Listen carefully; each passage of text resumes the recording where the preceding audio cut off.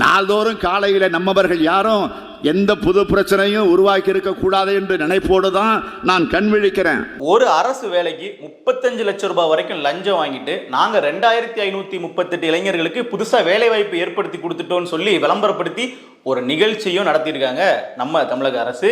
நல்ல சாவு வருமா? செத்தா குளிப்பாட்ட தண்ணி கிடைக்குமாடா? பொணந்துக்கு வண்டி கிடைக்குமாடா? மீண்டும் ஒரு செந்தில் பாலாஜியாக மாறி வரும் KN நேரு, இரண்டாவது செந்தில் பாலாஜி.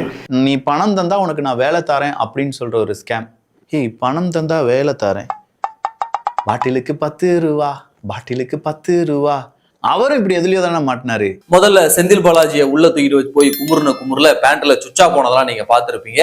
ஐயோ நம்ம மைண்ட் அங்க போகுது.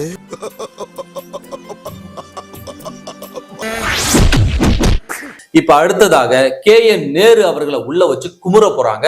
நீ போ, நீ வா, அட வாங்கோண்ணா. எப்படி செந்தில் பாலாஜி அவர்கள் ஒரு வசமா ஒரு வழக்குல சிக்கினாரோ அதே போன்ற ஒரு வழக்குல வசமா சிக்கிறாரு KN நேரு அவர்கள். மாற்றம்டா மாற்றம்டா மாற்றம்டா. தலையில என்னடா முக்காடு திருப்படா மூஞ்ச. செத்தமுடா செத்தமுடா செத்தமுடா.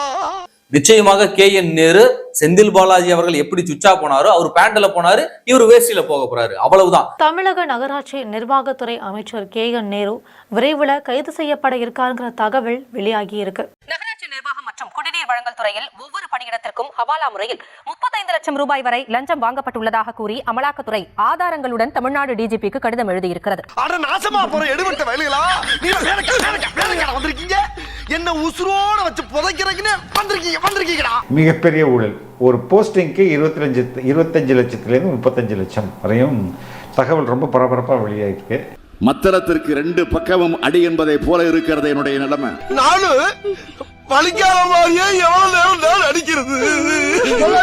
இவ்வளவுக்கும் காரணம் அந்த பெரியவா சும்மா விடக்கூடாது.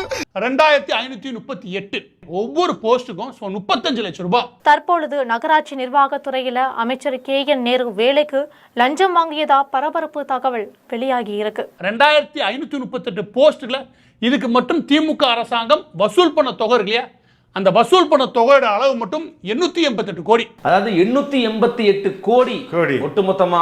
இது எப்படின்னா 3 கோடு போட்டு என்ன பண்ணுவாங்க, நாமம் போடுவாங்க அப்படிங்கிற மாதிரி. 3-1 25 லட்சத்துக்கு ஓட்டுட்டீங்களாடா.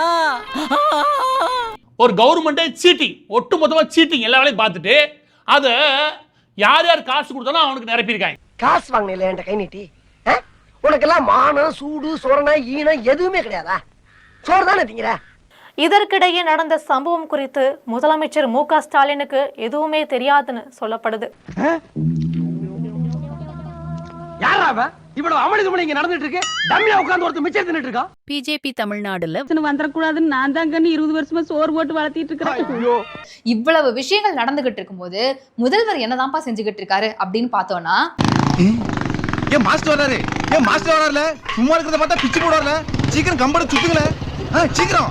நமக்கு தான் வரல, விட்டுடுங்க. அவர்களுக்கு தெரிந்தே இது நடந்திருக்கு. அது அதிகாரிகளுக்கும் அமைச்சர்களுக்கும் அரசியல்வாதிகளுக்கும் தெரிந்தே இந்த குற்றம் நடந்திருக்கிறது. என்ன இடிச்சவா நினைச்சிட்டியா இல்ல பைத்தியக்காரன் நினைச்சிட்டியா இல்லன்னா குடியை வச்சு மொத்தமா நான் போலாம் நினைச்சியா? 2024ல இந்த பணிகளுக்காக கிட்டத்தட்ட 1,12,000 நபர்கள் விண்ணப்பிச்சிருக்காங்க. அதுல பாத்தீங்கன்னா பணம் கொடுத்த நபர்களுக்கு வேலையை வாங்கி கொடுத்திருக்காங்க. 2538 நபர்களுக்கு வேலை போட்டு கொடுத்திருக்காங்க. ஏண்டா இப்படி திருடி போய்க்கிறியோ? மரியாதை மரியாதை. உனக்கு என்னடா மரியாதை? அது எப்படி நடந்துச்சு அப்படின்னா, அவர்களுக்கு எப்படி பணம் போகுதுன்னு சொல்றாங்கன்னா ஹவாலா மூலமாக பணம் போயிருக்கு. அப்ப அந்த கேஸ்ல தான் நாங்க உள்ள வந்தோம். ஒரு சிஸ்டமேட்டிக் நெட்வொர்க் கரப்ஷனே நடந்திருக்கு அப்படின்னு சொல்லி அவர்கள் சொல்றாங்க. என்ன பொழப்பு இது?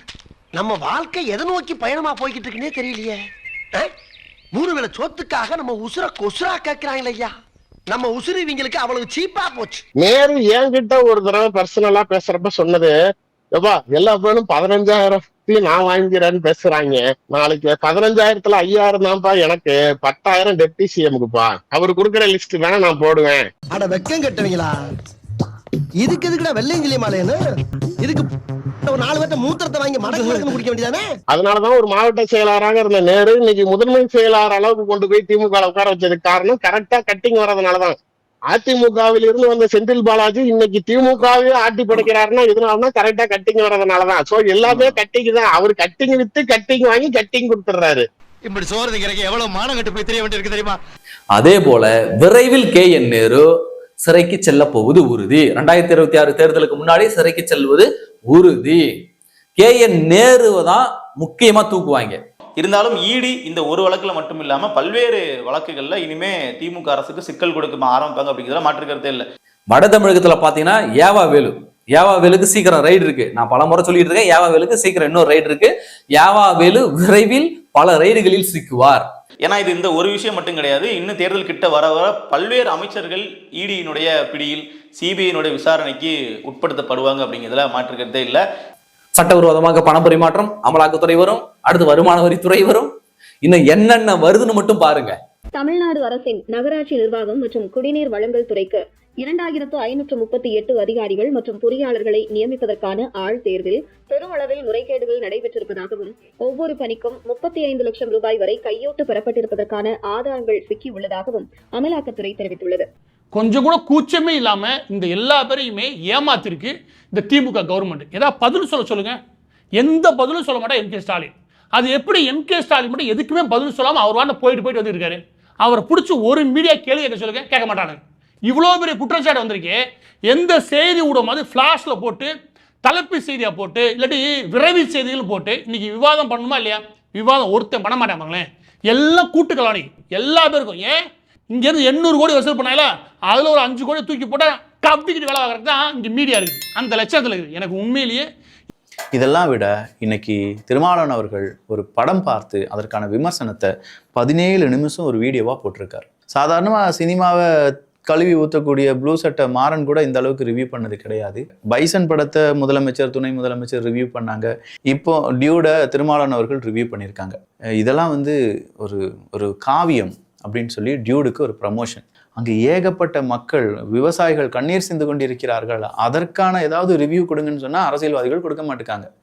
எல்லா அரசியல் கட்சி தலைவர்கள், கருணாஸ் உட்பட எல்லாரும் போய் தியேட்டரில் உட்காந்து பைசன் படத்தை பார்த்தார்கள். இங்கே கூத்தாடிகளை நம்பி அரசியல் இருக்கக்கூடாதுன்னு சொன்னவங்க, அரசியல்வாதிகள் எல்லாம் கூத்தாடிகளை பார்க்க போய்விட்டீர்களே அப்படிங்கிற ஒரு கேள்வியை மக்கள் திரும்பி கேட்டாங்கன்னா உங்க மூஞ்ச நீங்க எங்க வச்சுக்கிடுவீங்க? சாம்பார் ஆப் எனக்கு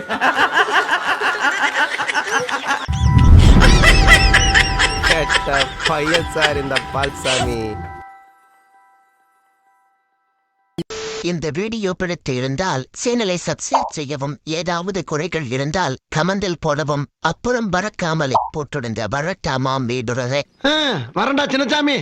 Hey guys, this is your editor.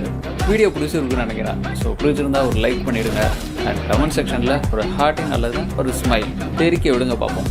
இப்ப எனக்காக நீங்க ஒரு குத்துனா குறைஞ்சா போயிருவீங்க. சரி பாசக்கரப்ப ஒரே ஒரு குத்தி விட்டு போவோம். வாடாங்க.